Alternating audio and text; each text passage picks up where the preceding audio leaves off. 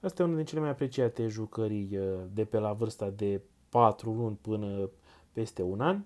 Am văzut-o foarte apreciată atât de către copilul meu cât și de copii mai mari. După cum spuneam, sunt foarte, foarte apreciate genul ăsta de jucării. O să vă las link în descriere de unde l-am achiziționat. Nu e foarte mare. Mi-a dat un pic panică, să zic așa, în momentul în care am văzut colțurile astea. Dar până acum nu s-a întâmplat nimic care să afecteze copilul. Foarte simplu. După cum vedeți, au trei moduri. Unul oprit, apoi modul de tobe, la fel, și aici cu melodie. Și se poate, fără nicio problemă, să le folosiți. Copilul va lovi. Aici am văzut că se prind destul de repede copiii, că despre ce este vorba, repet, în funcție de vârstă se prind mai devreme sau mai târziu. Au și niște baterii pe spate, destul de ușor de schimbat și din punctul meu de vedere jucăria asta nu consumă foarte multă baterie, așa că veți fi surprinși plăcut de cât de mult durează aceste baterii, plus că și copilul va aprecia foarte, foarte mult timp. Este una dintre preferatele copilului meu la 9 luni, dar repet, o am de mult timp și probabil că o să mai țin pentru că este extrem, extrem de apreciată. Am avut o mulțime de alte jucării, dar niciuna nu e la fel de apreciată cum e asta. Este una dintre, repete, e una din cele mai apreciate. Această jucărie în continuare o face să zâmbească indiferent de copilul care se joacă.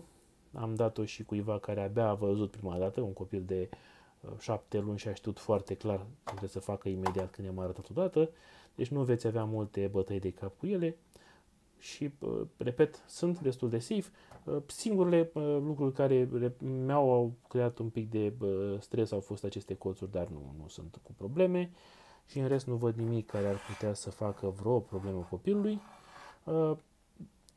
Partea interesantă este că îi învață destul de repede că acestea închid și deschid jucăria și veți vedea că sunt foarte amuzați și de chestia asta.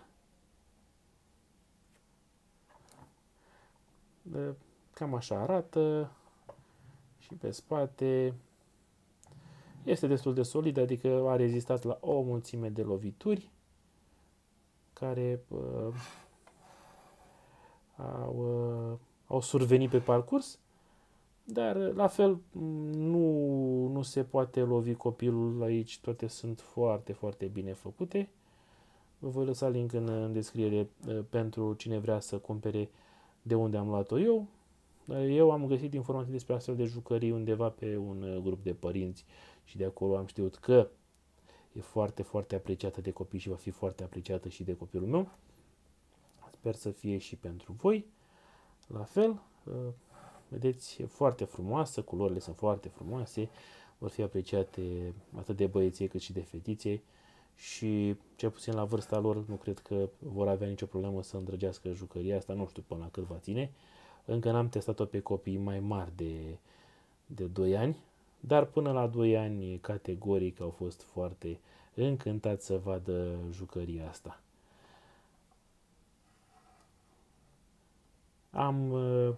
O să vedeți în partea stângă un alt videoclip cu alte jucării care sigur vor fi apreciate de copilul vostru și dacă v-a plăcut genul ăsta de conținut, vă rog să vă abonați pentru că vor urma multe, multe sugestii pentru copiii voștri.